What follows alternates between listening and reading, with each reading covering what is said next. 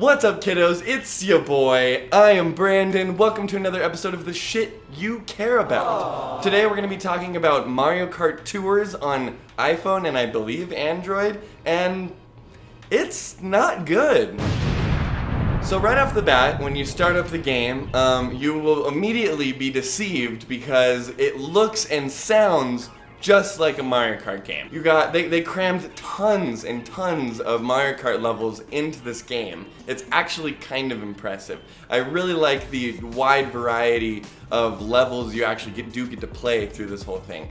And I will have to say that I've yet to hit a paywall, so I haven't really gotten to a point where like it hasn't let me play more. I keep getting 5 stars on all of the races and winning, so I humble brag there, by the way. I didn't mean to sound like an asshole. But I genuinely am, I've yet to really do bad on a level, so I think that's why it keeps pushing me forward. But I really feel like there's a paywall just right around the corner. Any second now, it's gonna, hit me with it, and I'm gonna not be able to play. It's not like I've just been sitting down for hours a day playing this either, I'll kind of play here and there throughout the week. It did come out earlier in the week. You might have kind of seen people talking about Super Mario Kart coming to mobile devices for a while now. It's kind of been circulating around the news for the past couple months, and it finally is here, and it's just such a disappointment. It is a huge disappointment.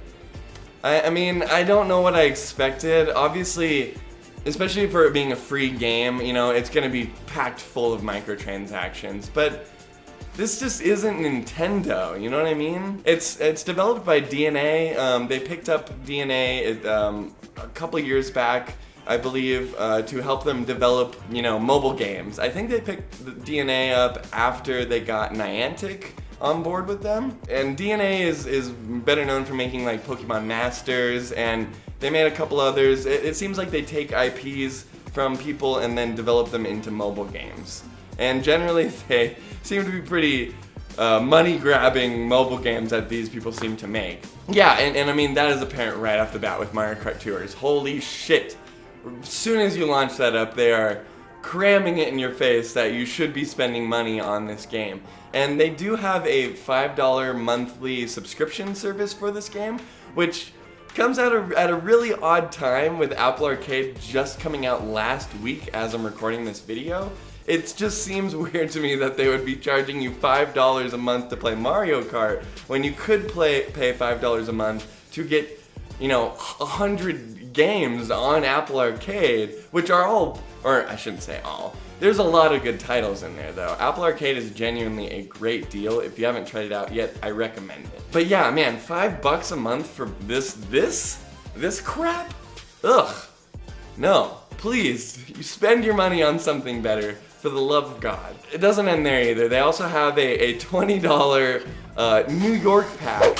You get Mario unlocked, which is crazy that you don't start with Mario, the namesake of the game, for God's sake. Anyway, you can pay $20, you can get the New York, set of races, and you can get Mario as a character, and I think they give you some gold coins or rubies or whatever. You use rubies to, pop the random loot box or whatever. It's just horrendously expensive for just what you get out of value here is just not worth it, That being said, the game, like I mentioned earlier, it looks great. It looks like a Mario Kart game, it sounds like a Mario Kart game, and all of your favorite characters are there. They're just all locked behind a loot box mechanic, So, just like in lots of other games, you spend a currency of some sort to get a random gift or whatever, a random loot box. And it's no different in this game. You spend these things called rubies to pop the pipe, and it farts out gifts for you. And you can either spend 5 to do 1 fart, or you can spend 45 to do 3 farts, which doesn't make a lot of sense math-wise. I guess maybe you get better odds or something for spending the extra rubies. So far I've always just spent my points on buying the single one because it really just doesn't make a lot of sense why I would spend 45 of these rubies when I could spend 5 of them to get 2 extra things. If you have 15 rubies, you can already pop the pipe. I feel like that is a nasty sexual term of some sort right there. Anyway, you can pop the pipe and get, an award of some sort. And generally it's a character or a cart or a glider. And all of these gliders and characters and carts will give you some sort of bonus. So for instance, I think Dry Bones Bowser is one of the characters I got right off the bat. And he has the ability to have a big Bowser shell sometimes, when you hit a red shell or something like that. And all the characters kind of have a little ability like this. And also, every track you play, there is a set of, characters that will give you bonuses for playing on that level. So there definitely is incentive to unlock characters, unlock carts, unlock gliders, so that when you come upon these levels, you can get more of a bonus out of it. But, you really won't want to actually play the game because the controls are abysmal. They're abysmal. They're so bad. So you either have the choice between the normal, or what you'd call normal way of controlling Mario Kart, where, you control the cart where you need it to go, and then if you lean too hard into the turn, it will automatically go into a drift for you. As you know, or as lots of people know, in Mario Kart you have to drift all the time or you will lose. Especially if you're up against anyone who has played Mario Kart before. So the fact that you can't control your drifts in this mode is infuriating, because I kept trying to get, move over far enough to get him to drift, and I just wasn't getting either the space on my phone screen to get him to go that far, or I felt like my character wasn't getting into that drift. I immediately gave that up for I want to say the pro mode or the drift mode that they have. So this is the other way of controlling the car in the game, and that's where you don't really have a lot of precise movement, but you can just slam right into a drift immediately. And the idea here is that you're going to be drifting around most turns anyway, so when there's straightaways you really don't do a lot of moving, and then you just wait until the turn comes and then drift into it.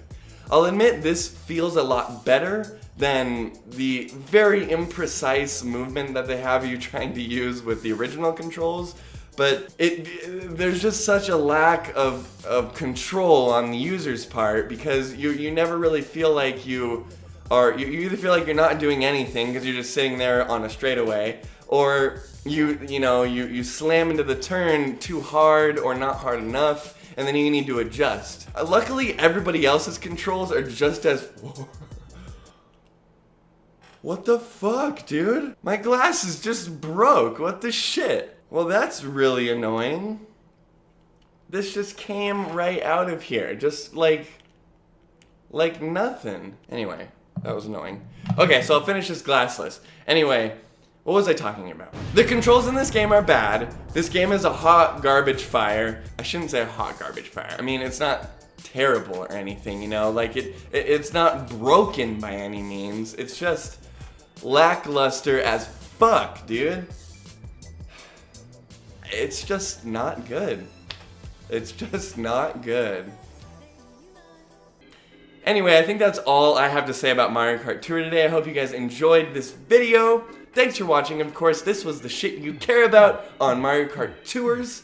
Join in next time for some other game news. I'm Brandon. You can find me on Twitter at DGTLTherapy or Digital Therapy. I really appreciate you joining me. Have a kick-ass week.